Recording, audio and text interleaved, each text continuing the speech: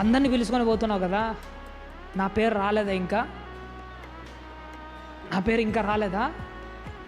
పైకి రమ్మని నన్నేం పిలవలేదా ప్రభువు అంటే, ఆ దేవదూత నీ వైపు జాలిగా చూసి ఏమంటుందో తెలుసా? నీ పేరు ఇంకా ప్రభువు పిలవలే.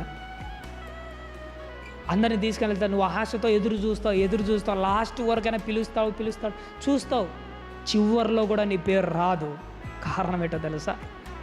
నీ భక్తి పైకుందే కానీ లోపల నూనె లేదు.